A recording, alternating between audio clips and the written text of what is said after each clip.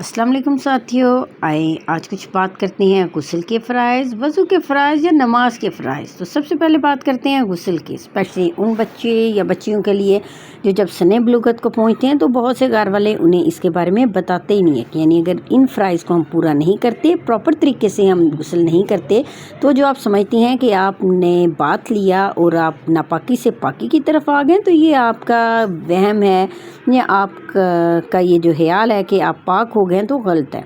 तो गुस्ल जो फ़र्ज़ होता है, फ़र्ज़ के सबसे पहले फ़राइज़ होते हैं, उनको हमने मस्ट पूरा करना होता है। उसमें सबसे पहले तो आपका वो स्पेशल पार्ट्स जो हैं उनको वॉश करना है, इस्तंजा करना जिसको कहा जाता है। उसके बाद अपने हाथों को अच्छे तरीके से धोना, ये चीज़ें। लेकिन ये 3 फ़राइज़ इसमें अब मस्ट हैं, जिसमें कुल्ली करना यानी हलक तक आपके पीछे पानी डालें। नाक में पानी डालते हैं तो नाक की नरम हड्डी तक आपका पानी जाना चाहिए। फिर पूरे बदन पर इस तरह से पानी बहाएं कि ना ही सर का ना ही जिस्म का कोई एक बाल जो है वो भी खुश्क ना रहे। ये हो गया आपके गुस्ल के फ़राइज़। अब आ जाते हैं वज़ू के फ़राइज़। तो वज़ू के फ़राइज़ में आपके दोनों हाथ का कोहनी समेत धोना, चेहरे का धोना, चौथाई सर का मसा करना और दोनों पाँव टहनों समेत धोना, ये हमारे आगे वज़ू के फ़राइज़। अब आ जाते हैं नमाज के फ़राइज़ की तरफ। जिस तरह से गुस्ल के फ़राइज़ हैं, वज़ू के फ़राइज़ हैं, इसी तरह नमाज के भी कुछ फ़राइज़ हैं। यानी अगर इन 13 नमाज के कुल 13 फ़राइज़ हैं, 7 बाहर के और 6 अंदर के।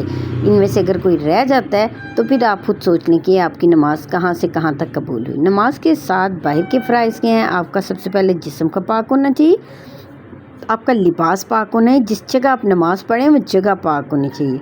आपके जिस्म का जो सतर है उसका छुपाना ज़रूरी है। वक्त का तयन करना, किबला रुख होना और नियत करना इसमें शामिल। अब बात कर लेते हैं नमाज के अंदर एंटर होने के बाद उनके फ़राइज़ की। नंबर 1 पे है तकबीर तहरीमा कहना, नंबर 2 पे है क़याम करना, नंबर 3 पे है क़राअत करना, नंबर 4 पे है रकू करना, फिर दोनों सजदे अदा करना। उसके बाद आखिरी कदम में बैठकर तशहद की मिक़दार बराबर बैठना जो है, ये सारे नमाज के फ़राइज़ में शामिल हैं। इसलिए जब भी मुसलमान होने के नाते चाहे आप गुस्ल करें, वज़ू करें या नमाज को पढ़ें, तो उनको उन तरीक़ों के मुताबिक पूरे तरीके से करें जिनका हमारे प्यारे हबीब सल्लल्लाहु अलैहि वसल्लम ने हुक्म दिया। और हमारे नबी ने सिर्फ़ उन चीज़ों को ही करके दिखाया या उन चीज़ों का हुक्म दिया जिनका उनको अल्लाह ताला ने हुक्म दिया, जिसकी इजाज़त दी।